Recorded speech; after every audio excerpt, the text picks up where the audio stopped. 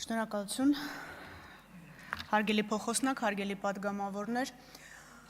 համառոտ անդրադառնամ ելույթների ընթացքում հնչած հարցերին եւ այն հարցադրումներին, որոնք ակնկալվում էր, որ հարց ու պատասխանի ժամանակ պետք է հնչեին, բայց ենթադրում եմ ժամանակի սղության պատճառով չհնչեցին։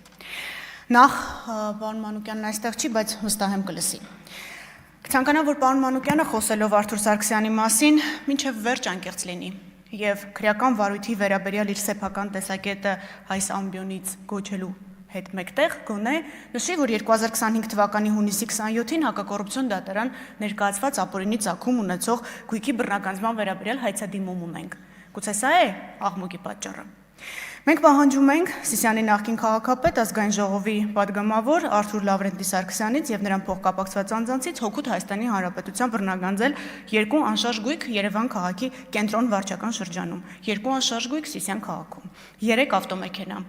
6 իրավաբանական անձում մասնակցություն, առևտրային բանկում ներդրված 5 ավանդ, 11865 ամերիկյան դոլարի եւ 1.104.000 դրամի չափով, 1 փոխառության պահանջի իրավունք 1.400.000 դրամի չափով, 1.53.193.000 դրամ, որպես ապօրինի եկամուտի մնացորդ եւ օրինական եկամուտներով չհիմնավորվող բարեխիղճ երրորդ անձանց փոխանցված դրամական միջոցների հանրագումար։ Մեկ շաբաթ առաջ պետայրավական հանձնաժողովի նիստին ես առաջարկել էի հարգարժան պատգամավորին, եթե այդքան վստահ է իր կողմից ներկայացված ապացույցների վերաբերյալ, բա ինչի է փաստաբանական թիմը ձգձգում դատաքննությունը սկսելը։ Ինչի մենք ոչ մի ձև չենք կարողանում հասնել արդեն տևական ժամանակ եւ որ այդ ապացույցները հանրային, հրապարակային դատաքննության փուլում եւ ոչ թե ազգային ժողովի ամբիոնից լսվեն։ Կարծում եմ պատասխանն ակնհայտ է։ Առնվազն մեկ շաբաթ առաջ ես առաջարկել էի հարգարժան պատգամավորին առաջին պատահած բարձրախոսով գոչելու հետ մեկտեղ գալ վարույթն իրականացնող մարմին,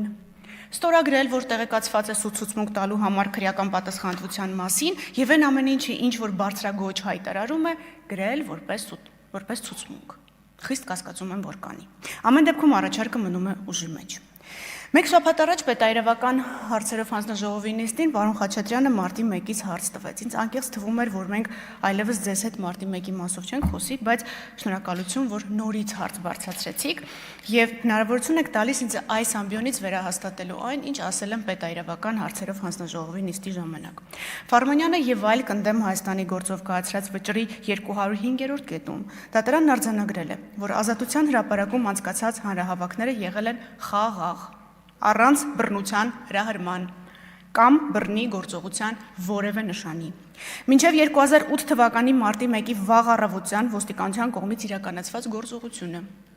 Դատարանը պարզել է, որ չի եղել որևէ համոզիչ ապացույց, որով կհաստատվեր, որ ազատության հրապարակում զենք է կուտակվել, անկարգություններ հրահրելու նպատակով,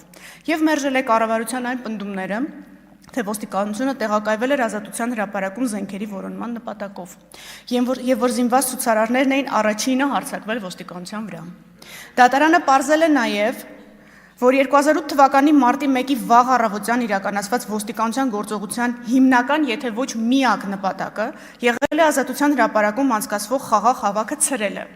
եւ որ այնտեղ տեղի ունեցած բախումներն ամենայն հավանականությամբ եղել են հավաքը ավարտելուն ուղղված ոստիկանության միջոցառումների, այդ թվում ենթադրյալ չափից ավելի ուժի կիրառման հետևանք եւ ոչ թե ցուցարարների կանխամտածված գործողության արդյունք։ Դատարանն այնուհետև նշել է, որ ազատության հրապարակում ենթադրաբար հայտնված զենքերի, այդ թվում ատրճանակների, նռնակների եւ ոզնիներ հիշեցնող սուր առարկաների առնչությամբ ցուցարարներից որևէ մեկի հետ կապ ունեցող ցանկացած ապացույց բացակայում է։ Եվ զարմանալի է համարել այն, որ ազատության հրապարակում ոստիկանության գործողությունների ժամանակ ցուցարարները չեն կիրառել հրազեն, պայթուցիկ, սառը զենք, հաշվի առնելով այն պնդումը, որ նրանք զինված են եղել այդպիսի զենքերով, զինված անկարգություններ սկսելու մտադրությամբ։ Միտքը շարունակվել է հաջորդ կետում 206-ում։ Արձանագրել է դատարանը, որ Մյասնիկյանի արձանի մոտ հավաքված մարդկանց հավաքը տեղի է ունեցել ինքնաբուխ եւ անկազմակերպ զարգացումների հետևանքով։ Մինչդեռ ավելի վաղ ազատության հրապարակից ցուցարարներին ցրելը, հիշեցնեմ այս մասով մենք արդեն դատարան ուղարկած մեղադրանքներ ունենք եւ առաջիկայում էլ ենք ունենալու, այդ թվում դրա կոպիտ բնույթը, ինչպես նաեւ նույն օրը տեղի ունեցած մի շարք այլ նմանատիպ կամ անվերահսկելի իրադարձություններ հնարավոր է, որ դեր են խաղացել բռնության հետագա սրման գործում։ ի հակադրություն նախապես պլանավորված եւ կազմակերպված անկարգության կամ հեղաշրջման փորձի, չի եղել կառավարության պնդումները հաստատող որևէ համոզիչ ապացույց, որ տարածքում բռնություն գործադրած ցուցարարները զինված են եղել ոչ թե ինքնաշեն առարկաներով, դրա մասին այսօր առիթ եղավ խոսելու, այլ հրազենով։ Ինչպես նաև որևէ ապացույց, որը կհաստատեր, որ մահերն առաջացել են ցուցարարների կողմից դիտավորությամբ կամ նույնիսկ անզգուշությամբ իրականացված գործողությունների արդյունքում։ Նույն վճռի 226-րդ կետում դատարանը եզրակացրել է, որ արդյունքաբեր գազի նռնակների օգտագործման վերաբերյալ պարզ, մանրամասն եւ պարտադիր հրահանգների բացակայությունը, ընդգծում եմ, համապատասխան պատրաստվածության եւ վերահսկողության բացը, ինչպես նաև արդյունքաբեր գազի նռնակների վիճակի եւ գործադրման հետ կապված վերոնշյալ խնդիրը որոշակի չափով նպաստել են այդ ամբողջի վերահսկման համար նախատեսված զենքերի ոչ պատշաճ գործադրմանը, խոսքը չերեմուխաների մասին է։ Անվտանգության կանոնների կիրառմամբ, ինչի հետևանքով վրա է հասել 3 անձի մահ։ Նույն վճռի 227-րդ կետում դատարանը կասկածից վեր է համարել, որ հրազենի միջոցով պատճառված մյուս 5 անձանց մահերը վերագրելի են պետությանը։ Եվրոպական դատարանը միայն մարտի 1-ի գործով մի շարք վճիռներ ունի։ Ֆարմանյանը եւ այլ վերջին վճիռներ, մինչ այդ Մուշեղ Սաղաթելյանն ընդդեմ Հայաստանի, Միասնիկ Մալխասյանն ընդդեմ Հայաստանի, Դարեսկիս ՊՍՊ-ն ընդդեմ Հայաստանի, Վիրաբյանն ընդդեմ Հայաստանի։ Այս գործերով կազմված վճիռներով դատարանը ձևավորել է կայուն դիրքորոշում այն մասին, որ այս հանցագործությունները կապված են պաշտոնատար անձանց կողմից բռնությամբ զուգորդված լիազորությունների անցման հետ, որի դեպքում արկա է վաղեմության ժամկետներ կիրառելու օրենսդրական արգելք։ Եթե թարգմանենք սա ավելի պարզ լեզվով, նշանակում է անձինք, ովքեր մեղադրվում են այս հանցագործությունների մեջ, չեն կարող քրեական պատասխանատվությունից ազատվել վաղեմության ժամկետների կիրառման հիմքով։ Պարոն Քոչարյան, մարտի 1-ի մասին խոսեցիք եւ նշեցիք, որ ստվերում են մնացել բանակային կորպուսների դրվագները, ստվերում չեն։ Բանակային կորպուսների հետ կապված քննությունը այս պահին բավական ակտիվ դերակատարում ունի։ Այո, եւ պաշտպանության բանակն էլ, եթե գիտեք, բանակային կորպուսներից մեկն էր եւ այդ կարգավիճակն ուներ։ Հոկտեմբերի 27-ին անդրադարձ կա եւ ձեր կողմից նշված անձինք հարցաքննվել են այս տարվա ընթացքում, լրացուցիչ հարցաքննությունների անհրաժեշտության դեպքում այդ մարդիկ էլի կհրավիրվեն։ Դուք անդրադարձաք խորխորունու գործի սպանությանը, նշեցիք, որ Բորիս Նազարյանը չի հիշում մանրամասները, շատ տարօրինակ է։ Բայց ես կվերահաստատեմ, որ մենք ըստ էության նոր բան չենք արել վարույթով։ Մենք դատարան ենք ուղարկել, հիմք ընդունելով այն ապացույցները, որոնք կային վարույթում, եւ ճիշտ է, երրորդ երկիր ուղարկել ենք հանձնման մասին միջնորդություն եւ օպերատիվ մարմին տվել ենք հանձնարարություն։ Բայց մեր աչքից չի վրիպել իրավապահ համակարգի հանգործությունը եւ այս առումով ունենք նախաձեռնված քրեական վարույթ, եթե որևէ մեկը ցանկություն ունի այդ մասին մեզ լրացուցիչ տվյալներ հայտնել, համեցեք։ Ես առիթը կօգտագործեմ եւ ժամանակ էլ ունեմ անդրադառնալու մի շարք քաղաքական ելույթների իրավական կողմին։ Մենք պատճառահետևանքային կապերի մասին խոսեցինք, կոռելյացիաների, սիլոգիզմների, ինչ փիլիսոփական կատեգորիա ասես այս հաղորդման քննարկման ընթացքում բարձրացրեցինք, բայց իմ կարծիքով բոլոր ելույթների հիմքում ապօրինի ծագում ունեցող գույքի բռնագանձման հայցերով մեր կողմից այդ անձանց պատճառած անհանգստություններն են։ Ես ձեր ժամանակը կչարաշահեմ եւ կթվարկեմ, թե ինչ հայցեր ունենք այս պահին դատարանում եւ իմ կարծիքով այս բոլոր թիրախավորումները ինձ անձամբ եւ դատախազության համակարգին ինչ իրական պատճառներ ունեն։ Նախկին նախագահ Ռոբերտ Քոչարյանից եւ նրան փոխկապակցված 6 անձանցից, զավակներից եւ նրանց ամուսիններից մենք պահանջում ենք հօգուտ Հայաստանի Հանրապետության բռնագանձել 23 անշարժ գույք, որից 18-ի միջին շուկայական արժեքների հանրագումարը 11 միլիարդ 154 միլիոն 790 հազար դրամ է։ Անշարժ գույքերից 19-ը գտնվում են կենտրոն վարչական շրջանում, 8-ը Պարոնյան փողոցում, 4 բնակարան Հյուսիսային պողոտայում, 2-ը Աբովյան փողոցում, 2-ը Վազգեն Սարգսյան փողոցում, բնակարաններից 2-ը Տերյան փողոցում, իսկ մեկը Մանուկ Աբեղյանի։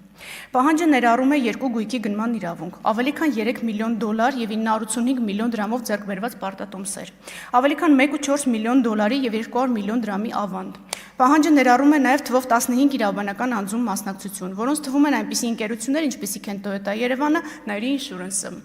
Պահանջը ներառում է նաև 4 միլիոն դոլարի, 8.3 միլիոն դրամի, 260 միլիոն ռուբլիի եւ շուրջ 590 հազար եվրոյի չափով փոխառությունների պահանջների իրավունք։ Ներառում է նաև 2 տրանսպորտային միջոց, ավելի քան 3.8 միլիարդ դրամին համարժեք գումարային գույքի ձեռքբերման արժեքներ։ Այն ներառում է նաև ավելի քան 20 միլիարդ դրամ որպես ապօրինի եկամուտների մնացորդ, եւ գործիքնությունը գտնվում է դատալսումների փուլում։ Մենք պահանջում ենք ազգային ժողովի падգամավոր նախագահի աշխատակազմի նախկին ղեկավար Արմեն Գևորգյանից եւ նրա հետ փոխկապակցված անձանցից 14 անշարժ գույք։ 2 տրանսպորտային միջոց, 2 իրավաբանական անձում մասնակցություն, 18000 հատ բաժնետոմս, ընդհանուր 1 միլիարդ 85 միլիոն 99 հազար դրամի փոխառության պահանջի իրավունք, 1100 հատ արժեթուղթ, 1 միլիարդ 111 միլիոն 685 հազար դրամ, որպես ապօրինի դրամական միջոցների մնացորդ, 410 միլիոն 581 հազար դրամ, որը չի հիմնավորվում օրինական եկամուտներով։ Հայաստան խմբակցության պատգամավոր աշխատանքի սոցիալական հարցերի նախկին նախարար Աղվան Վարդանյանից եւ նրա հետ փոխկապակցված անձանցից պահանջում ենք. Կոտայքի մարզում գտնվող 1 անշարժ գույք, 1 իրավաբանական անձում մասնակցություն, 110 միլիոն 306 հազար դրամ որպես ապօրինի եկամուտի մնացորդ, 248 միլիոն 267 հազար դրամ, որը չի հիմնավորվում օրինական եկամուտներով։ Իշխան Սաղաթելյանից պահանջում ենք 5 անշարժ գույք, 5 տրանսպորտային միջոց, 3 իրավաբանական անձում մասնակցություն, 264 միլիոն 516 հազար դրամ, որպես ապօրինի դրամական միջոցների մնացորդ, 2 միլիոն 914 հազար դրամ, որը չի հիմնավորվում նրա օրինական եկամուտներով։ Թվարկումը կարելի է շարունակել, բայց ինչն է հետաքրքիր հարգելի պատգամավորներ, հետաքրքիր է, երբ որ մենք հարցնում ենք ապօրինի ծագում ունեցող գույքի ծագման մասին, մենք 3 բացատրություն ենք լսում։ Նվեր ենք ստացել, մեր պապիկներն էին հարուստ, մեր որդիներն են տաղանդավոր։ Շնորհակալություն Վճռաբեկ դատարանի նվերի հարցը լուծվեց։ Վճռաբեկ դատարանը հստակ սահմանեց նվեր ստանալու պայմանները, դեպքերը եւ այս հարցով կարծես թե մենք լրացուցիչ տեղեկատվական աղմուկից այսուհետ կազատվենք։ Իհարկե պապիկների եւ տաղանդավոր որդիների հարցը դատարանները դեռ կքննարկեն, բայց մենք կարծում ենք, որ մեր դեմ ուղղորդված եւ շատ անձնական ուղղորդված այս բոլոր խոսքերը իրական հիմքում ունեն սա։ Եվ պնդել, թե ընդամենը 1 վճիռ կա ապօրինի ծագում ունեցող գույքի բռնագանձման գործով առնվազն միամտություն է, որտեղ ձեր փաստաբանները վստահ եմ ձեզ կասեն, որ Վճռաբեկ դատարանի նախադեպային դիրքորոշում կա։ Ինչը նշանակում է, որ ինձ անձամբ, որպես գլխավոր դատախազ, հնչած բոլոր սպառնալիքները, որ հեսա կտեսնեք ձեր հայցերի հետ, ինչ է լինում։ Ես տեսա, որ Վճռաբեկ դատարանը դիրքորոշում հայտնեց։ Սահմանադրական դատարանի դիրքորոշումից հետո ինչքան էլ ձգձգվեց process-ը, բայց միևնույնն է մենք այսօր ունենք ուղենիշային վճիռ, որը մեզ համար կիրառելի է։ Եզրափակելով ես կցանկանամ մի կարևոր հարցի անդրադառնալ, շատ քննարկեցիք ընտրակաշառքների եւ ընտրակեղծիքների հետ կապված հարցերը, ես կցանկանամ առիթն օգտագործելով ժամանակս էլ սպառվում է, ուղղակի նշեմ, որ բոլոր այն փաստաբանները, որոնք կխոստանան, որ նույնիսկ դատապարտման դեպքում գուցե պայմանական դատապարտում լինի, մեր քաղաքացիները չհավատան, որովհետև Վճռաբեկ դատարանը բոլորովին վերջերս նմանատիպ կաշառքի մի գործով բավարարելով գլխավոր դատախազի բողոքն արձանագրել է, որ նմանատիպ գործերով պայմանական դատապարտում չի կիրառվում։ Վճռաբեկ դատարանը շատ հազվադեպ է անդրադառնում պատժի վերաբերյալ հարցերին, բայց սա հանրային վտանգավորություն ունեցող այն արարքն է, որին Վճռաբեկ դատարանը հարկ է համարել անդրադառնալ եւ կարելի է արձանագրել հստակ, որ ցանկացած փորձ խեղաթյուրելու մարդու ազատ կամ արտահայտությունը հանդիպելու է կոշտ իրավական հակազդեցության, այդ թվում ռեալ ազատազրկման ձևով։ Շնորհակալություն։ Շնորհակալություն, Տիկին գլխավոր դատախազ, հարցի քննարկումն ավարտվեց։